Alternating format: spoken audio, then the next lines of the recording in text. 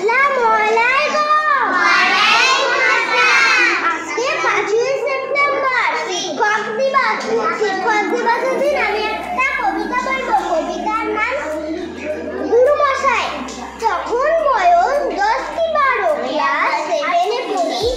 অঙ্ক, বাংলা, ইংরেজি বই চেঞ্জ করা শুরু। মা বললেন ইংরেজি আর অঙ্ক বেশি করো। বাবা বললেন আরে না না, বাংলা ভূগোল পড়ো। দাদার কাছে খবরদারি ধরেই আমার কান বলল, জীবন গড়তে হলে পড়ো বেশি বিজ্ঞান।